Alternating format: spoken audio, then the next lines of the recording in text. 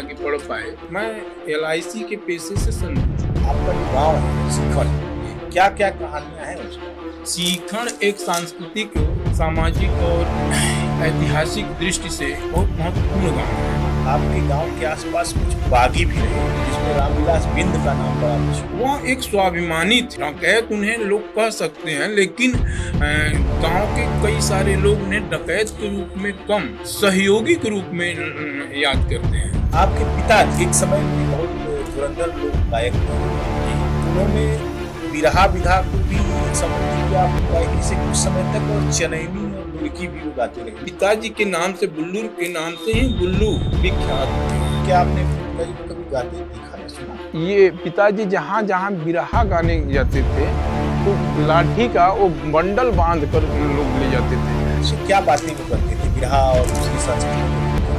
हमारे जीवन में पिताजी के बिरहे का बहुत बड़ा प्रभाव पड़ा है। अपने बारे में बोलते हैं कि आपने जब कविता लिखना शुरू किया तो कहाँ तक गाड़ी पहुंची आप?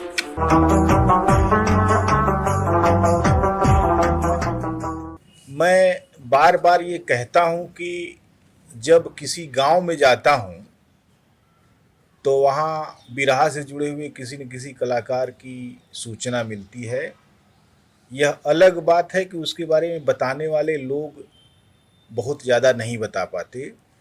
परिवार के लोगों में इस तरह उदासीनता दिखती है कि जैसे उस गायक ने जीवन भर मजदूरी की, कुछ पैसा नहीं जुटाया, बड़ा घर नहीं बनाया, तो हम क्यों उसको याद करें। लेकिन यह तो परिवार वालों की बात है। मेरे लिए तो महत्वपूर्ण इसलिए है कि किसी समय में उसने कुछ काम किया। मुझे याद है बचपन में मेरे घर के सामने एक नंदा भैया थे जो अद्भुत बिरहा गाते थे। हालांकि वे किस अखाड़े से जुड़े हुए थे, किसके शिष्य थे, ये मुझे नहीं पता, लेकिन जब वो लय में गाते थे तो समा बंध जाता था, उनका बिरहा सुना जाता था और 100-200 रुपये उनको इनाम अगर मिल जाता था, जो कि मिलता ही था, तो वे कम से कम 2 हफ्ता 1 फुट ऊपर चलते थे। और उनका एक शगल और था कि वे गांजा पीते थे, मेहनत मजदूरी तो करते ही थे, गांजा पीते थे और अपनी रौ में रहते थे, किसी को कुछ गिनते नहीं थे, इतने अभिमानी थे कि किसी से भी लड़ जाते थे और अपनी कद काठी का कभी ध्यान उन्होंने रखा नहीं कि कोई हमको हमला करेगा तो क्या होगा। लेकिन वे इतने हिम्मती थे कि कभी, अब भूतों से तो उनको कभी नहीं डर लगता था। हमारे गांव में बहने वाली वरुणा नदी के किनारे वे आधी रात को आराम से जा सकते थे और आ सकते थे। और उनकी एक और विशेषता जो थी कि कुएं में घुसना और गिरी हुई बाल्टी और गगरे को उठा ले आना, 2 मिनट तक, 2.5 मिनट तक सांस वे रोक लेते थे। और जिसको कहते थे, जो जिस नार पर को थाम कर वो जाते थे, उसको वो चकरी बोलते थे। चकरी का मतलब यह है कुएं के व्यास में घूमने वाली जो रस्सी है कि कहीं भी जाए। एक बार वे डूबते थे तो 3-4 गगरे बल्टी या कुछ और लेके वो आते थे। उनके हाथ में कोई रहता था, कोई दोनों पांव फंसा हुआ रहता था, और उस समय 2 या 3 रुपए उनको मजदूरी मिलती थी कुएं में डूबने की। तो लोग डरते थे कि अगर नंदा गए तो सबका निकाल ले आएंगे, पैसा देना पड़ेगा, लेकिन नंदा जब जाएंगे तो बिना लिए नहीं आ सकते। नंदा भैया असमय गुजर गए और उनकी यादें बहुत हमारे पास नहीं है, लेकिन मेरी स्मृतियों में वे हैं। और मेरी स्मृतियों में बहुत अच्छी तरह हैं, क्योंकि हम लोगों से बहुत स्नेह करते थे वे। और जब वे गाते थे तो हम बच्चे थे, लेकिन सुनते थे, उनको बहुत अच्छी तरह सुनते थे। उनकी गाई हुई धुनें अभी भी मुझे स्मृति में हैं मेरे। मैं गाऊंगा नहीं, लेकिन इसी तरीके से अनेक गांवों में अनेक तरह के गायक रहे हैं। मिर्ज़ापुर जिले का सीखण इलाका, जो किरियात का इलाका कहा जाता है, गंगा के बाएं किनारे पर इलाहाबाद की तरफ से आते हुए पड़ता है। और वहाँ के रहने वाले एक धुरंधर गायक थे किसी ज़माने में, बुल्लू यादव। और बुल्लू यादव की अवस्था आप समझ लीजिए कि इस समय अगर बुल्लू यादव होते तो 90 के करीब पहुँचे होते। उनके बच्चे 70 पार के आसपास के हो गए हैं। और बुल्लू यादव हीरा बुल्लू रामदेव से पहले के गायक थे। पारस के ज़माने में, राम खिलौन पुजारी के ज़माने में वे गाते थे। 7 संतानों के पिता बुल्लू यादव इतने बहादुर और बलशाली आदमी थे कि एक बार उनको इस शर्त का सामना करना पड़ा कि शर्त जीतना है कि खेत में जितना भी लकड़ा है उसको अगर वे एक बार में उठा ले जाएंगे तो खेत उनके नाम से लिख दिया जाएगा। और सोच लीजिए कि 3 ऊंटों के बल के बराबर उनका बल था। बड़े ऊंचे पूरे आदमी थे बुल्लू यादव। और जब यह शर्त उनके सामने आई तो उन्होंने पूरा खेत का जो लकड़ा था उसका बोझ बनाया और कहा कि उठा दो। 5-6 आदमियों ने मिलकर उठाया और अपने गांव लेके चले गए। बाद में खेत उनका हुआ कि नहीं हुआ पता नहीं, लेकिन शर्त तो उन्होंने जीत ही लिया और इस तरीके से अपना और अपने समाज की नाक को ऊंची कर दी उन्होंने। वे एक सामान्य किसान थे, भैंसवार थे, भैंसे चराया करते थे। उनके बगल में गंगा नदी बहती है, वहां जाया करते थे तो खूब गंगा नदी के साथ उनका जो व्यवहार था, खूब तैरा करते थे, बहादुर थे, चनैनी गाते थे। उनका गाना मैंने एक बार सुना एक रिकॉर्डिंग में, दुर्भाग्य से वो है कि नहीं है नहीं पता, लेकिन अगर मिलेगी तो मैं आपके सामने प्रस्तुत करूंगा। उनकी 7 संतानों में सबसे छोटे पुत्र ओम प्रकाश यादव अमित, जो कि पेशे से एक बीमा अभिकर्ता हैं और एक व्यवसायी हैं, और वे खुद एक अच्छे कवि के रूप में सामने आए हैं। उनकी एक कविता की किताब आने वाली है। वे बनारस की सांस्कृतिक गतिविधियों के बहुत करीब से दर्शक रहे हैं, उसमें शामिल भी रहे, भोक्ता भी रहे हैं। और अब अपनी घर गृहस्थी में वे लिप्त हैं और बहुत कठिन परिश्रम से उन्होंने अपने बच्चों को पढ़ाया लिखाया और यहाँ तक पहुँचे हैं। तो उनसे जानते हैं कि बुल्लू यादव वास्तव में कैसे थे। ओम प्रकाश भाई नमस्कार। जी नमस्कार। पहला प्रश्न तो ओम प्रकाश भाई मेरा आपसे यही है कि आपका जन्म कब हुआ और आप कैसे, कितनी पढ़ाई लिखाई किए, कैसा बचपन बीता आपका और कौन सा काम आपने चुना? मेरी पैदाइश है 1974, 6 मई 1974 जी। और मैं अपने भाइयों में सबसे छोटा और बहनों में एक, मेरी बड़ी बहन मुझसे बड़ी है और एक छोटी है। अच्छा। हाँ, कुल 5 भाई बहनों में 7 भाई बहनों में से मैं छोटा हूँ। अच्छा, तो पढ़ाई लिखाई कितनी की आपने? मैं इंटर तक पढ़ा, लेकिन इंटर का फाइनल एग्जाम नहीं दे सका। अच्छा, तो इसके बाद फिर आप मैंने घरेलू परिस्थितियों के कारण? हाँ, घरेलू परिस्थितियाँ कुछ ऐसी रही जी कि हम नहीं आगे पढ़ पाए। कुछ तफसील दे सकेंगे? अब उस समय जो भी कुछ चीज़ें रहीं, ये कहिए कि मन मिजाज पढ़ाई में उतना रम नहीं पाता था जितना घर गृहस्थी में। अच्छा। हाँ, गलीचा बुनना था उस समय और उससे तत्कालिक जो अर्न हो रहा था उससे हम यही अंदाज़ लगा रहे थे कि इससे हम अच्छा खासा कमा करके अपनी घर गृहस्थी चला सकेंगे। तो कितनी सफलता मिली उसमें? उसमें बहुत अच्छी सफलता तो नहीं मिली, लेकिन असफलता भी नहीं कही जा सकती, क्योंकि हर एक काम कहीं न कहीं एक बिंदु से चलकर किसी एक पड़ाव तक जाता है। और मैं अपने उस यात्रा में संतुष्ट रहा हूँ। जी हाँ। तो अभी गलीचे में क्या स्थिति? गलीचा बन रहे हैं? गलीचा तो बंद हो गया। गलीचा लगभग 1997 के बाद बंद हो गया। अच्छा। हाँ, उसके बाद मैंने एक दुकान कर रखी है परचून की, जिससे अपने यहाँ गांव में है कुछ अर्न हो जाता है और उसके बाद उस दुकान से भी अच्छी आय नहीं रही तो हमने LIC करना शुरू किया। उससे तमाम घर परिवार में हम गए आए और लोगों को मिले और बातचीत हुई और उसमें बहुत सारे लोग हमारे उस LIC व्यवसाय से प्रभावित हुए और हमें उसमें कुछ अच्छी सफलता मिली। जी हाँ, मैं LIC के पेशे से संतुष्ट हूँ। अच्छा, ये मुझे बताइए कि आपका जो गांव है सीखन, सीखण तो ब्लॉक भी है जी। और सीखण किरियात के समृद्ध गांव में है। क्या क्या कहानियां हैं उस गांव?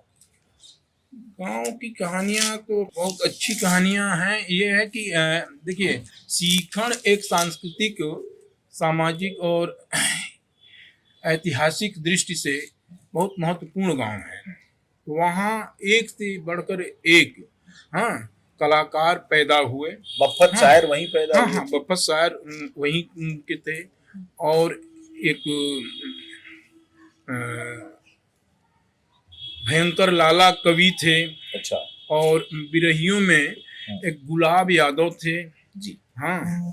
और एक राम खिलौन यादव और मूसई कवि और कई ऐसे नाम हैं। और उसमें हमारे पिताजी का भी नाम शामिल है। वो अच्छा, वो ये लोगों के बारे में आपने बताया, ये लोग कैसे लोग थे? उनके बारे में तो कभी मुलाकात हुई इनसे, इनमें से किसी से? नहीं, ऐसा है कि गुलाब बाबा से मैं सुपरिचित रहा हूँ। वो अभी हाल के दिनों में डेथ किए हैं। हाँ, राम खिलौन से मैं अनजान हूँ। अच्छा। उनकी कहानियां ही केवल हमारे जहन में है। जी। और बफ़त शायर तो लगभग 1936 1936 में ही डेथ कर गए। ये जो लाला कवि थे, क्या नाम बताया आपने? भयंकर लाला। भयंकर लाला। तो भयंकर लाला का पूरा नाम क्या था? जय नारायण श्रीवास्तव, उपनाम भयंकर। अच्छा। हाँ। तो भयंकर लाला क्या लिखते थे? कविताएं लिखते थे। हाँ। और उनके 3-4 संग्रह है। प्रपात, क्रांति किरण और हमारा विंध्याचल। जी। हाँ, ये मुझे याद है। और कुछ छुटपुट रचनाएं जो कि संकलन से बाहर रही हैं, वो अच्छे कवियों में, गांव के अच्छे कवियों में गिने जाते रहे हैं। ये मुझे बताइए कि आपके गांव के आसपास कुछ बागी भी रहे जिसमें रामविलास बिंद का नाम बड़ा मशहूर। हाँ हाँ, अरे वो पूछिए मत। अरे वो तो इतना जीवट आदमी।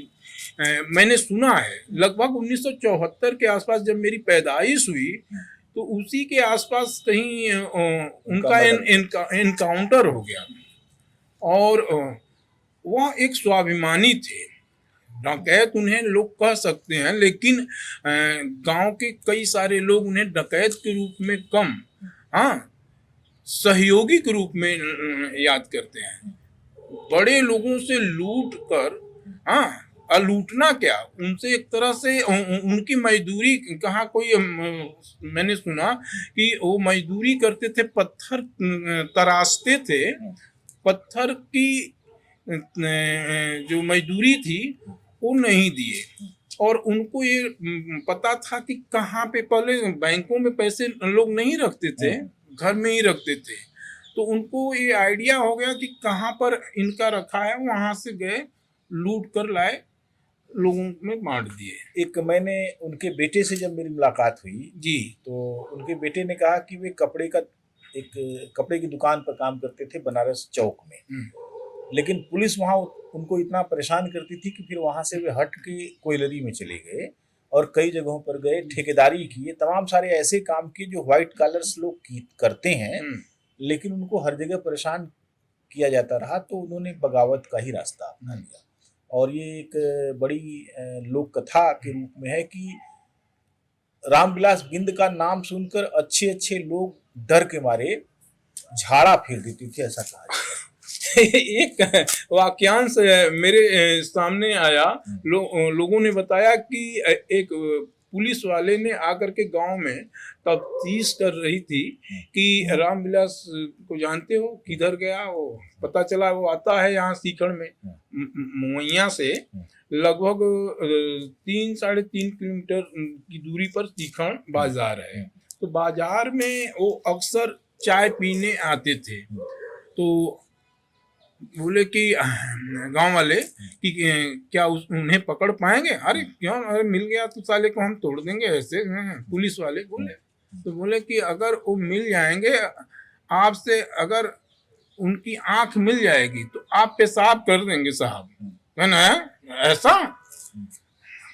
तब तक किसी ने कहा देखिए वो आ रहे हैं, और किसी की वो हत्या करके वो लौट रहे थे और बल्लम लिए थे। बल्लम में उस हत्या जिनकी किया था उन्होंने, उसकी आंख निकालकर बल्लम के नोक पर रखे और खून सने हाथ को आ रहे थे और बोले कि यही हैं रामविलास। अरे वो पुलिस वाला भाग खड़ा हुआ। बहुत सारे किस्से हैं उनके बारे में। बहरहाल मैं बात को दूसरी तरफ ले जा रहा हूँ। आपके पिताजी जी एक समय में बहुत धुरंधर लोक गायक रहे हैं जी। उन्होंने बिरहा विधा को भी समृद्ध किया अपनी गायकी से कुछ समय तक, और चनैनी और लुरकी भी वो गाते रहे। तो उनके बारे में मुझे बताइए। ज्यादातर वो बिरहा गाते थे, हाँ, चनैनी लुरकी तो बहुत कम। बिरहा की गायकी का उनका लगभग दौर था 50 से शुरू होता था, और वो अच्छा खासा 50 से भी पहले, क्योंकि एक बातचीत के दौरान पिताजी ने हमें बताया था कि 1955 में जवाहरलाल नेहरू जब प्रधानमंत्री हुआ करते थे तो सांस्कृतिक महोत्सव का आयोजन हुआ बहराइच में जी। तो उनके कवि जी थे एक रामधनी राजभर, यही पनियरा के जी। तो पनियरा वाराणसी जिले का एक गांव है, और वाराणसी बिरहियों के लिए, बिरहा के लिए प्रसिद्ध था, हाँ, और कजली मिर्जापुर के लिए। तो रामधनी के चेलों में सबसे तेज तर्रार पिताजी थे। तो उन्होंने कहा कि आप जाओगे, हाँ, अगर आपका आदेश है तो हम चले जाएंगे। तो गए वहाँ पे 1955 में जी। और अच्छा खासा बिरहा का उन्होंने प्रदर्शन किया, हाँ, और वहाँ उनको काफी प्रसिद्धि मिली, और उनके कार्यक्रम से बहुत सारे लोग संतुष्ट थे, और वहाँ से गा कर लौटे कई सारे लोग। उसके बाद इनका कार्यक्रम कराने लगे, और एक तो 1960-65 के आसपास बनारस से बुल्लू बिरहा शुरू कर रहे थे, और इधर पिताजी के परिवार में कुछ पारिवारिक विसंगतियां इस तरह से रहीं कि बिरहा की तरफ रुझान थोड़ा कम उन्होंने किया, और इधर बुल्लू बिरहा गा रहे थे। ये बात इटवा महाराजगंज के पास इटवा के एक निठुरी यादव थे जी। उन्होंने कहा कि आपके पिताजी के नाम से, बुल्लू के नाम से ही बुल्लू विख्यात हुए हैं। अच्छा, ये मुझे बताइए, क्या आपने अपने पिताजी को कभी गाते देखा या सुना? हाँ, तो कई बार। कहाँ गाए? गांव में भी गाए हैं, बाहर में भी गाए हैं, ब्याह बारात में भी। हाँ, पिताजी के बिरहा के कार्यक्रम के बारे में कई बुजुर्ग हमसे मिले और बोले कि जहाँ भी वे बिरहा गाते थे, उनके साथ जो उनके देवड़ियार थे, हाँ, बिंद और हरिजन बिरादरी से कुछ लोग थे, और ये पिताजी जहाँ जहाँ बिरहा गाने जाते थे तो गोजी लाठी का वो बंडल बांध कर लोग ले जाते थे। प्रायः लोग जहाँ बिरहा सुनने भी जाते थे तो लाठी डंडा लेकर के जाते थे, और कहीं कोई बातें अगर एक दूसरे बिरहिए से करखा जिनको लग जाता, करखा का मतलब ये है कि जो आज किसी को कटाक्ष हम बोलते हैं, उस समय पिताजी या उस समय के जो समकालीन बिरहा गायक रहे, अपने बिरहा के माध्यम से ही कटाक्ष बोलते थे, करखा उसे कहा करते थे लोग। तो पिताजी के जो कवि थे वो अच्छे से करखा लिखते थे, हर एक बिरहा में करखा लिखते थे, और बिरहा का वो नेपथ्य भाग रहता था। जब कहीं किसी को कुछ बोलना है तो वो उसमें मौके से इस्तेमाल करते थे। हाँ, ये। और एक जगह तो अदलपुरा में बिरहा होने लगा, हाँ, तो वहाँ एक सोनकर, कोई नाम नहीं याद आ रहा है, जो बिरहा के अच्छे गायक थे, वो ताल ठोके थे कि कोई हो ये क्षेत्र में तो आवे, तो पिताजी के लोग बुलाएं वहाँ। तो पिताजी गए और बिरहा गाने लगे। वो दो एक करखा और सोनकर साहब जो बिरहा के गायक थे, वो पहले इस्तेमाल किए। पिताजी का जब करखा चलने लगा तो जो आसपास के दो एक और सोनकर दुकान किए हुए थे, वो अपने स्वजाति बिरहिए के पक्ष में आकर के खड़े हो गए और इधर से कई लोग लाठी डंडा उठा करके पूरा मार मैदान का स्थिति हो गया। तब कहीं जाकर के लोग बातचीत समझाए और जाकर के मामला शांत हुआ। एक ये प्रसंग। और पिताजी उस समय बिरहा प्रायः माइक से नहीं हुआ करता था, हाँ ऊंची करके लोग गाते थे। बेढब ना हो जाए, बेसुरा ना हो जाए। एकदम। तो एक बल्लीपुर गांव में बारात गई हुई थी, नाव से लोग उस पार गए बारात करने बिरहा गाने के लिए। तो पिताजी के बिरहा के कार्यक्रम से परिचित थे, एक गांव के ही बिंद थे, झड़ुल के बाबा, झड़ुल बिंद के बाबा। तो वो पिताजी के बिरहा के बड़े प्रेमी थे। तो बोले कि वहाँ पे बिरहा है, चलेंगे बुल्लू का बिरहा सुनने। शाम का खेती बाड़ी करके जब चल दिए, और उस समय ढुर्री हुआ करती थी रास्ते, हाँ खेत में से निकल जाए। हाँ, तो जंगल के रास्ते से वो जा रहे थे। लगभग 7-7:30 शाम का बज रहा था और पिताजी का बिरहा वहाँ शुरू हो गया। और बिरहा में कुछ इस तरह का टोन था कि वह उसी रास्ते में चलते और नाचते हुए जा रहे थे। आसपास बैर का झरबैर था, वो बज गए।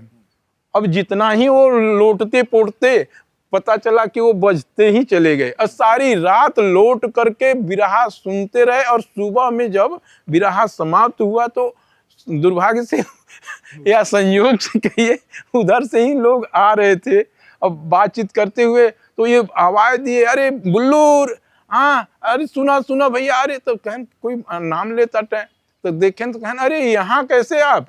कहन अरे पूछा मत। कहन कब से? कहन जब से बिरहवा शुरू कर ले रहा है फलनवा, वही समय से। अच्छा। हम नाचे लगे यार, और इसमें बज गए। जितना ही मैं नाचता उतना ही बजता चला गया, और सारी रात यहीं पे मैं पड़ा रहा। बड़ा जीवट था उस समय के लोगों में कि बैर के खोते में बज के, बैर के कांटे में बज के भी घबराए नहीं, नाचते ही रहे। हाँ, और ये है कि 3-4 किलोमीटर दूर पिताजी का बिरहा था। समझ लिए कि वहां से वहां तक आवाज, मैं आज आश्चर्य मानता हूँ। इतने घर द्वार नहीं बने थे, ऊंची ऊंची इमारतें नहीं बनी थी। मिट्टी के घर एक मंजिला, वो एक जमीन पर ही बनता था। तो निछद्दम की वजह से भी आवाज साफ सुनाई पड़ती थी। शिल्पी से गोरैया टांड़ पर, यानी लगभग 3 किलोमीटर का डिस्टेंस है, वहां एक मिश्रा जी हुआ करते थे, बड़का मिसिर कहाँ। शिल्पी में मेरे पिताजी का बिरहा हो रहा था। रात के दिन में वो सोए हुए थे, हाँ, सुन करके, हाँ, सारी रात जागते रहे। दूसरे दिन पिताजी से मिले, बोले कि हमारे यहाँ आप बिरहा सुनाइए। वो फला वाला बिरहा जो भूजा गिरा है आंगन में, हाँ, तो ये बफत शायर का की कजली है। भूजा गिरा है आंगन में मोरे बालमुआ, वो जो कुंभकर्ण का बाह काट करके तो आंगन में गिरा, तो भूजा बाह, तो हमने सोचा भूजा माने दाना गिरा, नहीं भूजा गिरा। हाँ, बहरहाल बहुत अच्छा है। एक उदाहरण मैं बताऊं।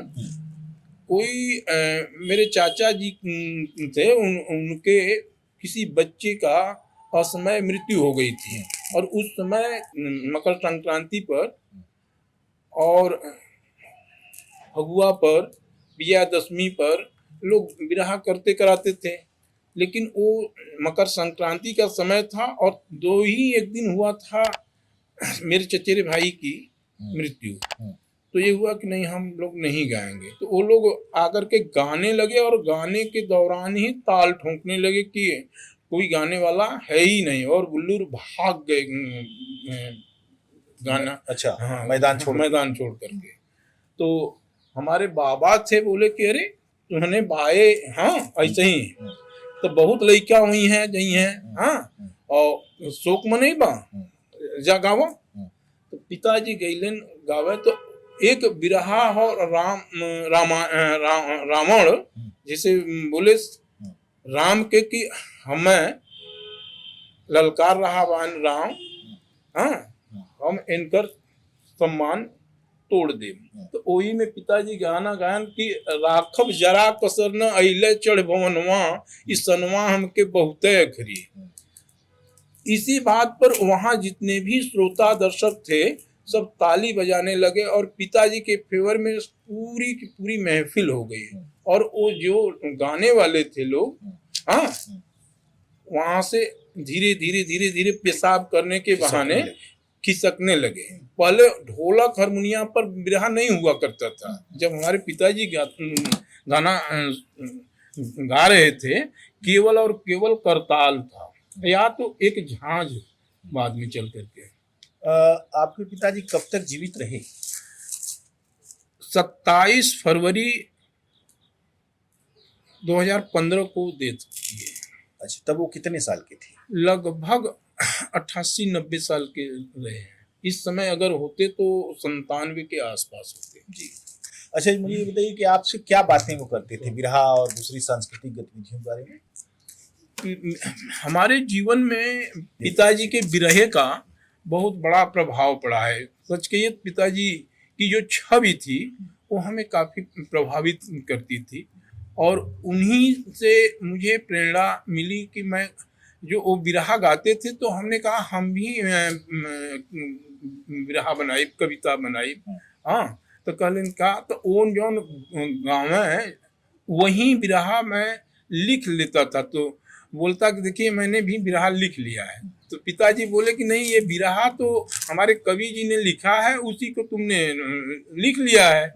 हाँ, वो दिमाग से तुकबंदी करोगे तब वो तुम्हारी कविता कही जाएगी, नहीं तो ये तो हमारे कवि जी की कविता को केवल सुन करके लिख ले रहे हो, ये कविता नहीं है, ये तुम्हारी कविता नहीं कही जाएगी। तब मुझे लगा कि कुछ और चीजें हैं जो हमें करनी होगी। तो उसके बाद मैं धीरे धीरे तुकबंदियां एक दो मिलाया और बोला कि पिताजी देखिए, पिताजी और पापा ये सब नहीं कहता था, बाऊ बाऊ कहत रहे तहला बाऊ देखा ई सुना। हाँ, तो सुनैले तो कहन हाँ ठीक बा, लेकिन तनी एके और बढ़िया से सुधारो। मैंने हमेशा जो है वो आपको इनकरेज नहीं किए, हमेशा बताए कि भाई कुछ कमी बा। हाँ, बहुत कमी बा। तो बाद के दिन में एक बार एक निर्गुण लिख ले, यही महलिया का कर्जा चुकावे पड़ी, सीताराम राधे श्याम गुण गावे पड़ी। तो पिताजी जब हमारे निर्गुण सुने तो कहना हाँ ये देखा हो, हाँ कई के करार अइले, हाँ कैसे है वो मेरी लाइन कि यहाँ इस संसार में आकर के भूल गए। हाँ, तो भूलो नहीं, ईश्वर से जो करार करके आए हो सद कर्म करने के लिए करो। ये मेरे उस निर्गुण का ध्वनि रही है। तो उन्होंने जब ये सुना तो वो निर्गुण पिताजी भी कई जगह गाए हैं। अच्छा, ये उनका जो पूरा समय था उसमें मिलने जुलने उनको किस तरह के लोग आते थे जिनको आपने देखा कि बिरहा या किसी और चीज से जुड़े हुए हैं? बिरहा में बहुत स्पष्ट नहीं बा, वो समय के आवत रहा नहीं, ये सब नहीं। एक बार एक परमानंद आनंद कवि हैं बनारस के, कवि थे अब नहीं। हाँ, कवि थे। तो एक बार मेरी कविता किसी पत्रिका में उन्होंने पढ़ी और उसमें मेरा एड्रेस था सीखण। हाँ, और उसमें मेरा कांटेक्ट नंबर भी था। उन्होंने कॉल किया और बोले कि सीखण के रहने वाले हैं आप? हमने कहा जी हाँ। तो उन्होंने अपना परिचय दिया और बोले कि बुल्लू यादव को जानते हैं आप, सीखण में वो हैं कि नहीं? तब मेरे पिताजी थे। हमने कहा मैं उनका सबसे छोटा लड़का हूँ। बोले अरे अरे अरे, आइए कभी बनारस, ये मेरा नंबर है और मैं यहाँ रहता हूँ और मिलिए, हम आपसे मिलना चाहता हूँ। तो कहने का मतलब मेरे पिताजी को वो अच्छी तरह से जानते थे। वो पहले कहाँ इधर दुद्धि उद्धि जो पन ये सब कहीं मजदूर यूनियन का वो कुछ कार्य कर रहे थे, उस सिलसिले में पिताजी से मिले थे और पिताजी से बिरहा गवाए थे। अच्छा, वहाँ हाँ। मजदूर एकता की। हाँ। ये मुझे बताइए कि आपके पिताजी की जो विरासत है छोटी मोटी, जी। उसको किस रूप में आप लोगों ने सुरक्षित रखा है? बहुत कम हमने 7-8 बिरहे उनका रिकॉर्ड करवाया है और उसे फिर से डब करवाया। वो फीता वाला जो रील था उस पर हुआ था और बाद में चल करके वो खराब होने लगा, तो मुझे लगा कि ये नष्ट हो जाएगा, तो फिर से उसे डब करा करके मैंने वो पेन ड्राइव में सुरक्षित कर रखा है। अच्छा, ऑडियो है कि वीडियो है? ऑडियो वीडियो दोनों है। बहुत अच्छा है, तो आप मुझे दीजिए, तो उसको हम लोग आर्काइव पर वो करते हैं, उनके ऊपर कार्यक्रम बनाते हुए। मुझे ये बताइए कि उस विरासत को आगे बढ़ाने वाला आपके परिवार में कोई पैदा हुआ फिर? हमारे एक जो तीसरे नंबर के भाई हैं जयप्रकाश जी, वो कुछ दिनों तक बिरहा गायन में रहे, लेकिन स्वास्थ्य संबंधी दिक्कतों के कारण वो आगे नहीं गा पाए। हाँ, हालांकि पिताजी उनको काफी प्रेरित किए, लेकिन स्वास्थ्य क्या है कि अब आगे बढ़ने नहीं दिया। हाँ। अब आखिरी प्रश्न ये है कि अपने बारे में मुझे बताइए कि आपने जब कविता लिखना शुरू किया तो कहाँ तक गाड़ी पहुंची आपकी? कविता लिखने की जो गाड़ी है अभी भी चल ही रही है, कहाँ रुकी तो है नहीं, चल रही है, अनवरत यात्रा है और कविता का कहीं कोई पड़ाव तो नहीं है। ये है कि कविता हमें आत्मसंतुष्टि देती है। मैं जो भी कोई भावनाएं मेरे दिलो दिमाग में आती हैं कविता के रूप में, शब्द रूप में वो ढल जाती हैं। और मैं कविता सच कहिए तो व्याकरण और पिंगल के अनुसार तो कर नहीं पाता। आज के ज़माने में कोई भी कवि पिंगल शास्त्र का अध्येता है, ना ही उस पर कहीं कोई काम करता है। तुकांत हो जाए, तुक मिल जाए, वही कविता है। या तो इस समय नई कविता का भी दौर चला है, मैं कुछ नई कविता कर पाता हूँ। हाँ, और मैं उसे कविता भी नहीं, मेरी जो कविता है संकलन जो मैं देने वाला हूँ, उसका नाम तो मैं यह सोचा हूँ कि यह कविता नहीं है, ये हो। हाँ, अब देखिए उसका नाम हाँ? बदल भी जाएगा, हो सकता है। बहरहाल बहुत बहुत धन्यवाद आपको ओम प्रकाश जी, आपने अपने पिताजी के बारे में यादें साझा की और आपने अपने गांव के परिवेश के बारे में भी काफ़ी कुछ बताया। आपसे तो और बातें होंगी और अपने आपके पिताजी के बारे में एक छोटा सा कार्यक्रम बनाया जाएगा। उस दौर के तमाम सारे जो लोग बूढ़े पुरनिया बचे हुए हैं उनसे बातचीत की जाएगी, आपके भाइयों से भी की जाएगी। बहुत बहुत धन्यवाद, नमस्कार। जी नमस्ते। नमस्ते।